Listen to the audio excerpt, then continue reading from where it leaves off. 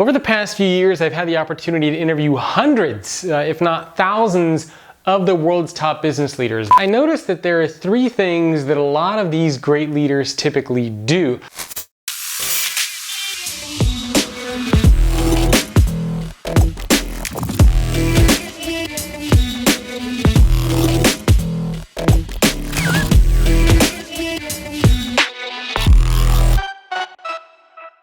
Hey everyone, it's Jacob here with another video, and today I want to talk about three things that leaders do. Over the past few years, I've had the opportunity to interview hundreds, if not thousands, of the world's top business leaders, both for my book, The Future Leader, for the podcast that I have called The Future of Work with Jacob Morgan, at conferences and events. I've had the opportunity to talk to a lot of great leaders around the world. And I noticed that there are three things that a lot of these great leaders typically do. Now, of course, there are probably many more things that they have in common, but these are the three that immediately popped into my mind that I wanted to share with you today. So three things that I think great leaders do a really good job of doing. Before I jump into what these three things are, please make sure to subscribe to the YouTube channel if that's where you're watching. If you're watching on social media like LinkedIn, Facebook, anywhere else, please make sure to leave a comment or like the video, share it with friends. Whatever you can do to help support it is always appreciated. So, three things that leaders do. The first thing that a lot of these leaders do a very good job of is they take time for themselves. Whenever I interview these business leaders, they always either they're spending time exercising, or they spend time journaling, or they meditate, or they just have some quiet time, whatever it is that they do, or maybe they have some other kind of hobby, but they always take time for themselves.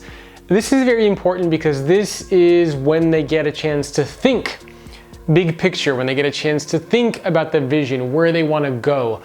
It's also a time where they get to reflect a little bit on themselves, how their day went, what they need to improve on, what they can work on, what they can do better. But having that time to reflect is important. I remember that I was talking to one CEO of a huge car manufacturer, and he was telling me that for many years while he was the CEO, he didn't even have time to think, because he was constantly surrounded by PR people, by his team. Everybody always wanted something from him. And he literally had no time to just take a step back and think about the business and to think about what he wanted to create, where he wanted things to go.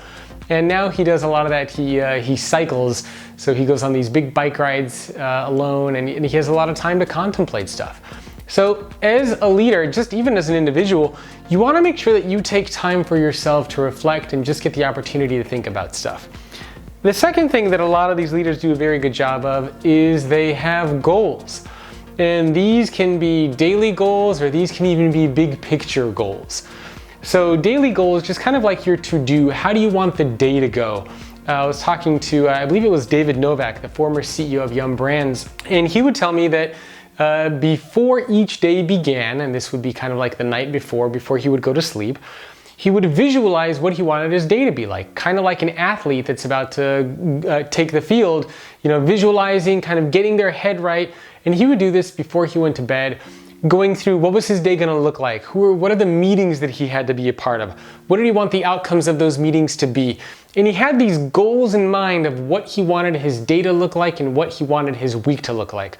But he also had goals for himself, things that he wanted to work on, things that he wanted to improve on, and he had these big picture goals for the business of where he wanted the organization as a whole to go.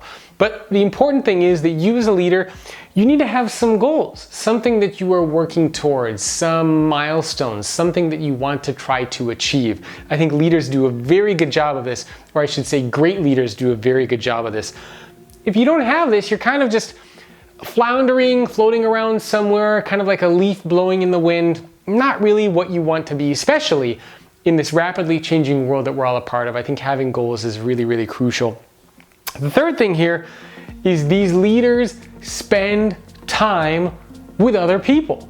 And I don't just mean spending time with their peers, spending time with other executives, spending time with other leaders. They spend time with people on the front line. They spend time with their peers. They spend time with customers, with partners, with suppliers, with whoever it is, because this is ultimately where you learn the most. If you isolate yourself in a bubble where it's just you, or if you isolate yourself in a bubble where it's just your peers, you're really not getting a sense of what's happening in the world. So the third thing that these leaders do a very good job of is they spend a lot of time talking to people. And these are very diverse groups. This means, and a lot of leaders told me this, they would just randomly pop into different meetings. They would talk to different team members who are in different geographies, right? Trying to break the monotony of talking to the same people, participating in the same meetings day in and day out.